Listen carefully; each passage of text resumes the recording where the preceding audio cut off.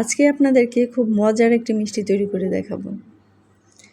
ক্ষীরমন্ডা বা গুড়ের সন্দেশ। এটা খেতে এত বেশি মজা, বিশ্বাস করেন, একবার বানিয়ে খেলে বারবার বানাবেন। সেজন্য আমি প্রথমে 3 লিটার দুধ জাল করে নিচ্ছি। দুধটা যখন ফুটতে শুরু করবে, এতে পরিমাণ মতো সিরকা দিয়ে ছানা তৈরি করে নিব।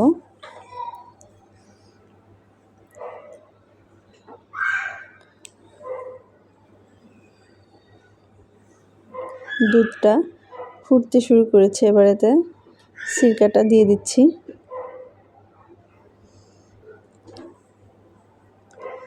সিরকাটা দিয়ে খুব বেশি জাল করা যাবে না, তাহলে ছানাটা শক্ত হয়ে যাবে।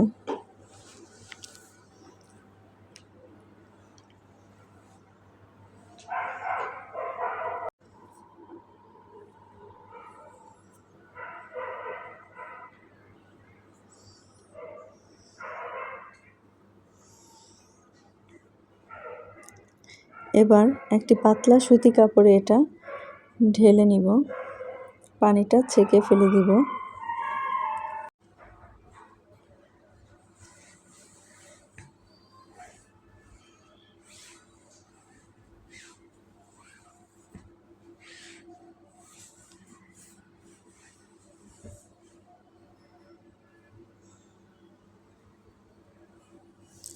এবার ফ্রিজের ঠান্ডা পানি ছানাটাতে দিয়ে দিব, এতে করে সিরকার যে একটা স্মেল আছে সেটা চলে যাবে। এবার ছানাটা ভালো করে এভাবে চিপে সম্পূর্ণ পানিটা বের করে নিব। এবার এটা খুব বেশি মাখামাখি করব না, যেরকম আছে জাস্ট একটু আলতো হাতে গুঁড়া গুঁড়া করে দিব। এতে কিছু গুঁড়া দুধ দিয়ে দিলাম, সামান্য পরিমাণে সুজি দিব।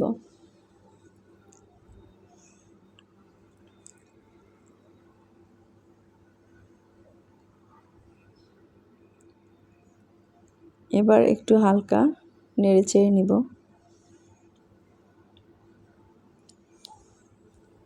দেখেন, এরকম করে নিব। এদিকে চুলায় একটি প্যান বসিয়ে দিয়েছি, এতে কিছুটা লিকুইড দুধ দিয়ে দিলাম। এবার এতে আমি যে ছানাটা রেডি করেছি সেটা দিয়ে দিব।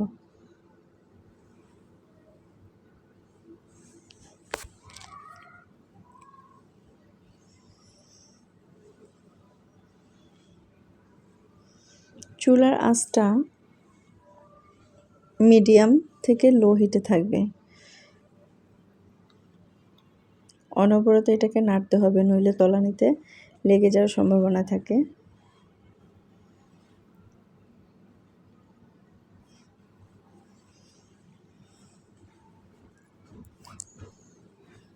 আস্তে আস্তে নাড়তে হবে।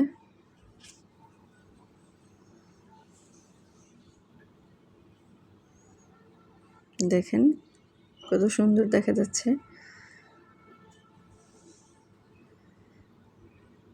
এই পর্যায়ে আমি এখান থেকে কিছুটা ছানা উঠিয়ে নিচ্ছি।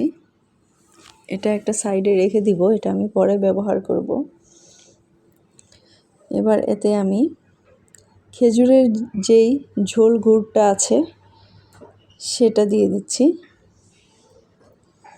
অনেকটা পরিমাণে দিতে হবে। আমি প্রথমে কিছুটা দিয়েছি। আমি এটার কালার এবং মিষ্টির যেই টেস্ট সেটা দেখে আবার পরে কিছুটা অ্যাড করব। অনবরত নাড়তে থাকতে হবে।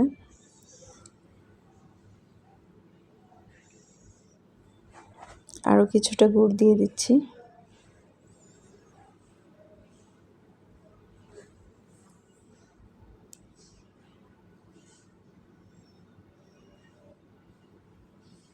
কালারটা কত দারুণ এসেছে দেখেন। আরও একটু দিব আমি এখানে।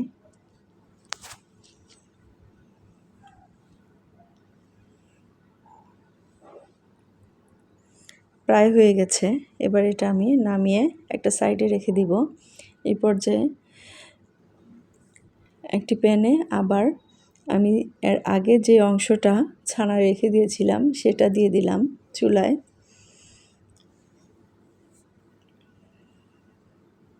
এবার কিছুটা কনডেন্স মিল্ক অ্যাড করে দিয়েছি এতে।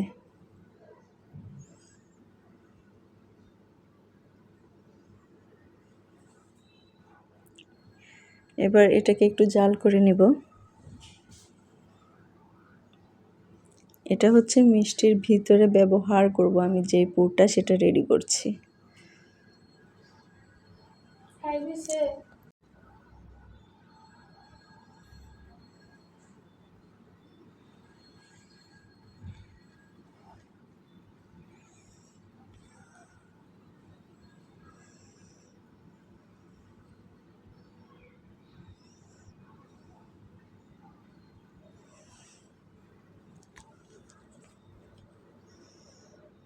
আস্তে আস্তে নেড়ে চেড়ে ভালো করে জাল করে নিব।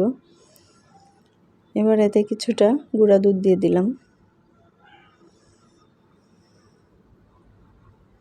এবার এটাকে নামিয়ে নিব।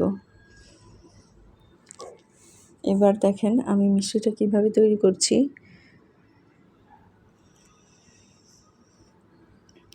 প্রথমে গুড়ের অংশটা থেকে পাতলা করে এভাবে করে তারপরে ভিতরের পুরটা সাদা অংশটা অল্প একটু এরকম পাতলা করে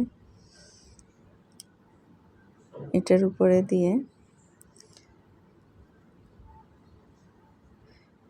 এর উপরে আরেকটা গুড়ের ছানার লেয়ার দিব।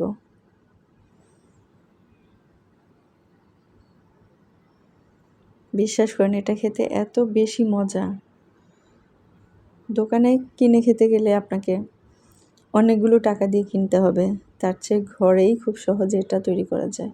দেখেন হয়ে গেল। এভাবে আমি সবগুলো মিষ্টি বানিয়ে নিব।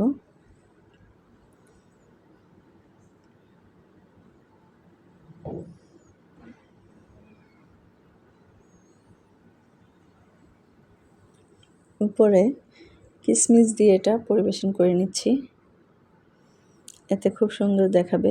দেখেন তৈরি হয়ে গেল আজকের মিষ্টি। কেমন লাগলো অবশ্যই কমেন্টে জানাবেন। ধন্যবাদ।